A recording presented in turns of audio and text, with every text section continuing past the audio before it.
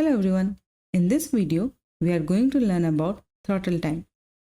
It's a rate limiting operator that allows to limit the values or control the values emitted by your source observable.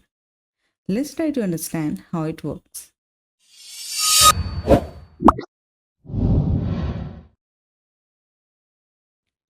Let's say you have an observable and an observer. To your observable, you have applied the pipeable operator throttle time, passing an argument 500 to it. This value 500 represents time in millisecond. Let's say your observable emits the value 1. Throttle time will let this value pass immediately, that is, to your observer.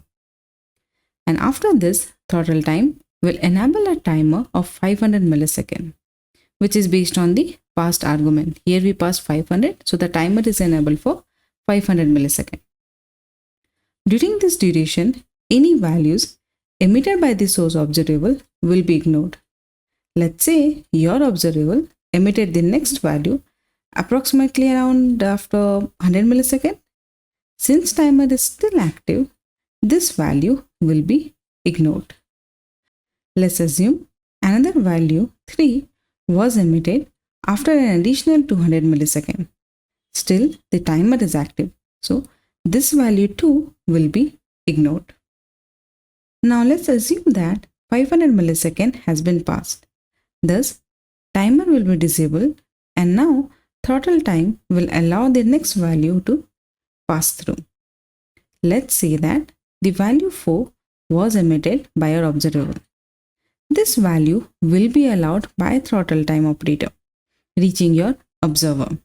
And then again, the whole process will repeat itself.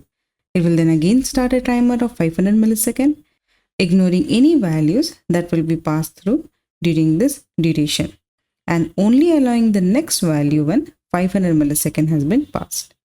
I hope you were able to understand this theory. Now, let's jump into VS Code editor and code some examples. We have created a basic index.html file and are using RxJS version 7. I have also created an empty JavaScript file and the same is referred in here. For styling, we are using Tailwind CSS. Let's do a quick refresh of the browser. Cool, nothing in the console as our JavaScript file itself is empty. We'll close this for now. Let me also increase the font size. Great. We'll start by coding our first example, and for this, we'll use the interval creation operator. So let's create an interval that emits value every 1 second.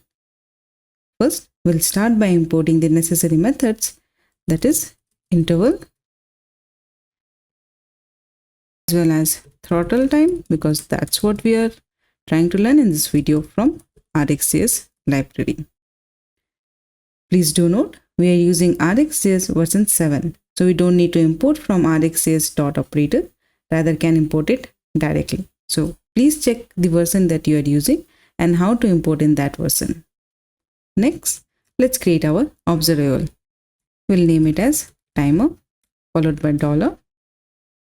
$interval. Pass 1 second for now, that is 1000 in millisecond. Next, we'll create our observer. This will log the next value. Console.log. I'll increase a bit better. Next, the value. Finally, we'll create the subscription mechanism. Observable dot subscribe will pass the observer. So since it's an interval observable, let's also unsubscribe it, else it will go on for infinite. Let's create a set timeout. We'll unsubscribe it after, let's say, 10 seconds. Okay, for that, we need whatever is returned from the subscribe method. Let's collect that. We'll call it as subscription. And in here, we'll write subscription.unsubscribe. Right? Let's hit save and head to the browser. As we can see, the observer receives the value after every 1 second. That will be from 0 to 9. Let me just pull it a bit more up. Great. Now let's say that to this interval observable, we pass in the throttle time operator, and to which we'll pass an argument of 2 seconds. Let's try that. In here, we'll write dot pipe and write throttle time passing in 2000 because the time is represented in millisecond. Any guesses what will be the output?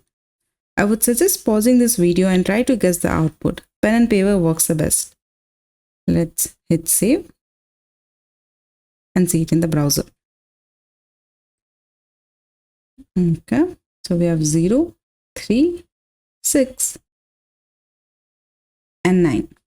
If still in confusion, why was this the output? Let's head to the slide and understand it. So we have our observable, that is the interval observable, the observer and throttle time. The interval observable emitted the value 0, and this, as we know from the throttle time operator, will be passed immediately to your observer. Thus the output 0 in the console. Then throttle time will start a timer of 2 seconds, ignoring any values that are emitted by the interval observable during this duration. The value 1 and 2 were passed by the interval observable during this time frame and thus were ignored. When the value 3 was emitted, the timer of 2 seconds was passed already, and thus this value reached the observer. And next the timer will reset again, resulting which the values 4 and 5 were ignored. 6 was received by the observer because the timer of 2 seconds was disabled at this point. As soon as this value was emitted, the timer of 2 seconds was again reinitiated, because of which the values 7 and 8 were ignored, as they were emitted during this duration of 2 seconds. Next, when the value 9 was emitted by your observable, since there was no active timer, your observer received this value. Thus, in the console, we saw these output of 0, 3, 6 and 9. Awesome. Let's code another example. For our next example, let's create an observable from button click event. We'll head to index.html. Let's create the button. We'll see, let's say fetch data. Pass an ID to it and set a class name.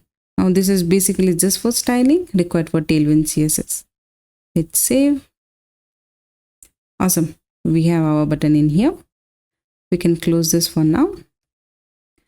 Let's also comment this out because we don't need this output. Great. We need a cleaner console. Next, let's start by importing from event because we need to create an observable for click event. We'll call that button click from event. We need to pass the target and our button element document dot get element by ID, and what's the ID was btn2. The same will pass in here. Next, which event we are looking for is the click event. For the observer, we'll use the same.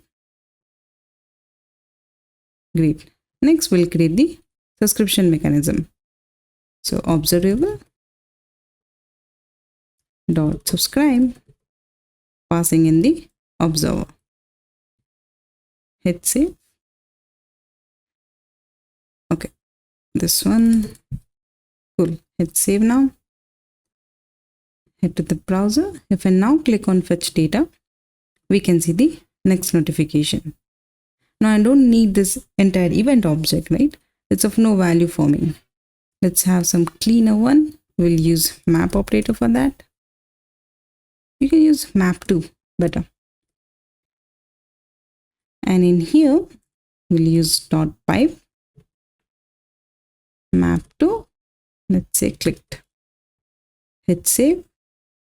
Now when I click fetch data, we'll just get this clicked one. Great. Now let's assume that clicking this button triggers an API call that will fetch certain data from a server.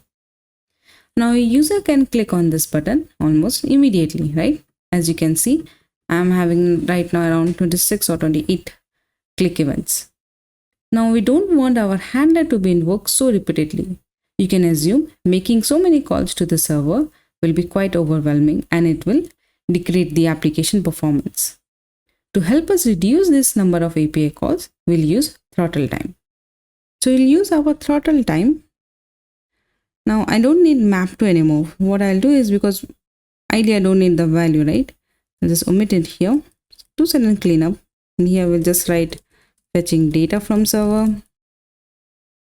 We can remove map2. And we can write throttleTime here. But before throttleTime, I just want to use tab operator. We'll import the same. Now tab operator is just to show you that the click event happened so many times, but your observer only received a few times. That's the only reason. In here, we'll just console log it. Let's say clicked. Okay.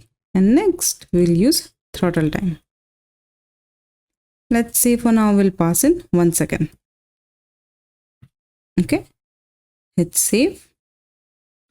We'll head to the browser. Now as soon as I click fetch data, we'll see the first call to the observer. Then there will be a pause of 1 second. During this time, any click event that we make will be ignored. Let's try that. Fetch. As you can see, these are ignored and then the next notification, right? If I scroll up, the first one was invoked immediately and that's why the next notification. And then almost 5 click events were ignored. And the 6th one went to the observer. This will help us reduce the number of API calls we make to the backend and thus improving our application performance. I hope you got a good understanding of throttleTime and how it works. Please don't confuse it with debounce time, though it might be confusing. Try to understand them independent of each other. And when to use which one depends upon your use case or problem statement. You need to determine which operator is best suitable for you in that scenario. That's it for this video. Meet you in the next one. Until then, happy coding.